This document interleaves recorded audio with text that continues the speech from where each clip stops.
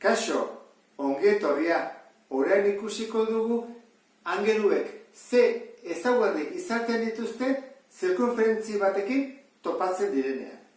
Eta hortarako lehenengo gogoratu behar dugu zer den zentroko angelua. Erpina zentroan izaten du eta bere bi zuzenak ebakitzaileak dira.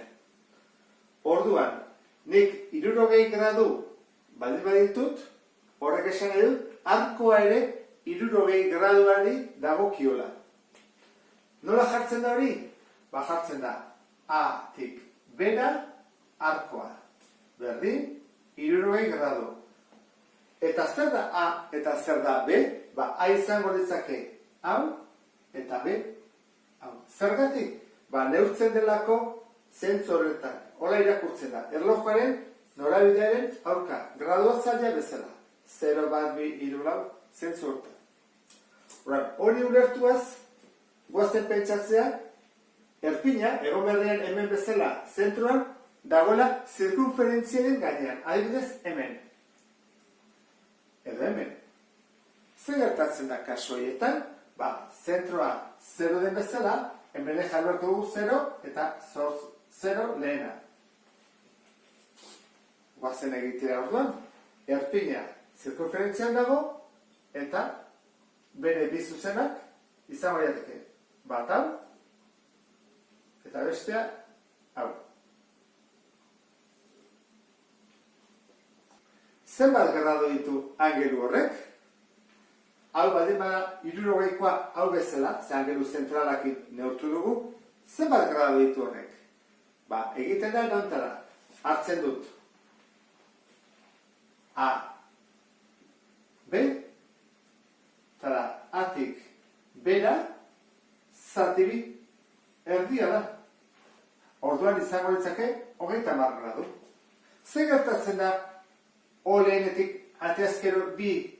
Baita ere 30 gradu izango lirateke.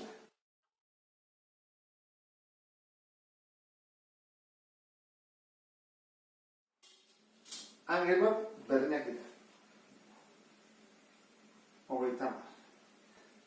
Erpina zirkunferentziaren puntu batean baldin badago eta ebakitzen baldin badu A eta B, beti izango da erdia. Baina ez bakarrik hauek baita ere erdi inskribatuak daudenak ere bai. Zesan edo erdi inskribatuta? Zuzen batek ebaki egiten duela, baina bestea ukitu. Adibidez hau. Hemenika sikorea, goruntz, eta bestea ukitzailea. Ikusten duzu bezala, izango ditzake angelu hau. Zer egiten du? Batek ebaki egiten du, A-tik bera, eta bestea ukitzailea da. Zer bat izango ditzake? Baita ere 30 gradu. Harrigarria baldin bada ere, egiten da A-tik bera, zati bi. Eta hori, izaten da angelu inskribatuetan eta angelu erdi inskribatuetan. Beste batzutan, erpina ez da egoten zirkunferentziaren gainean, baizik beste puntu batean baduan, adibidez hemen. Eta hori ez dago zentroan. Zenbat grado ditu angelu honek?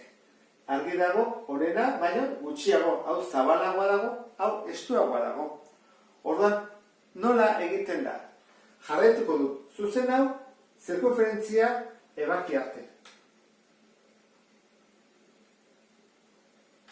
Eta hemen ere berdin. Eta neurtu dut hau aurretik, eta 30 graduko arkoa du. Zetotik neurtuko bagenu, 30. Horan, hau baldin bada 60, eta hau 30, zenbat da angelu hori, egiten da erontara. Hau baldin bada A, eta hau B, hau izango da C eta hau D.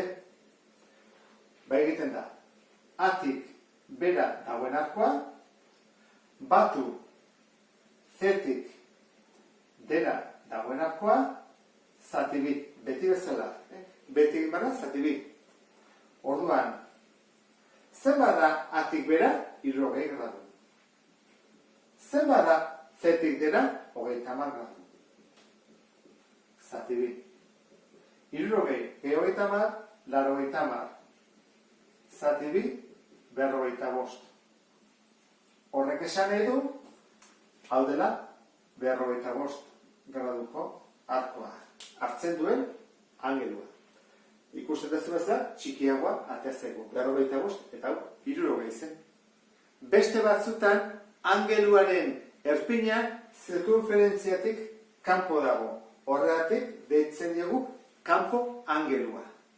Eta nola kalkula daiteke bi arkoak ezagutzen baditugu. Zentroko angelua 60 gradu denean arkoa hau dela ikusi dugu, eta hau baldin bada 30 graduari dagokiona, bete egia esaten zentroko angeluarekin, jakin daiteke zenbaden angelu hori, egiten da erontara. Pentsa ezagun hau dela A, hau B, hau C, eta hau D. Egiten da erontara. A, B, arkoa, ken, C, D, arkoa, zati bi. Erpina, zirkunferentziaren barruan dagoenean batu egiten da, eta kanpoan dagoenean kendu. Eta beti egiten da, zati bi. Hori egingo dugu, 60. Ken, 30, zati bi. Hau, 15 gradu da.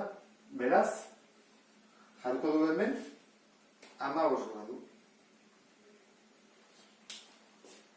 Azkeneko kasua, erpina kanpoan izanek, bi zuzenak ukitzailea dienean. Ikusten ez bezala, ukitzailea eta ukitzailea. Ez du ebakitzen. Hori nola kalkulatu daiteke? Hemen angelu bat dago. Ikusten da, nahiko zabala dela. Esan dugu, formulak izaten direla. Kenketa zati bi. Horroan jarriko dut. Kenketa bat, zati bi. Guazen egitea. Hau izango izateke A puntua. Eta hau B puntua. Egiten duguna da A-tik bera. A-tik bera kanpoan dagoen arkoa da. Eta zerbait kendu beharko diot? Kenduko diot betik ara dagoena, barruko arkoa. Orduan da, kanpokoa, ken barrukoa. Barrukoa zen bada, ikusi dugu leheno, 60 ditula, ezta? Bete ari gera bibidea egiten, 60ekin. Izan daiteke 45, 30, edo 80, berdin du. Orduan, atik bera zen bada, gu badakigu hau 60 dela, eta buelta guztia 360. Horren egin beharko dugu 360-ri kendu 60 gradu. Geritzen zaizkigu 300. Orduan, atik bera zen bada 300. Betik ara 360. Zati bi, hau da 240, zati bi 120 gradu. Orduan jarriko dugu, hau dela 120 gradu. Eta adibide honekin bukatzen ditugu zirkuluan dauden angeluak. Beste bat arte, agur!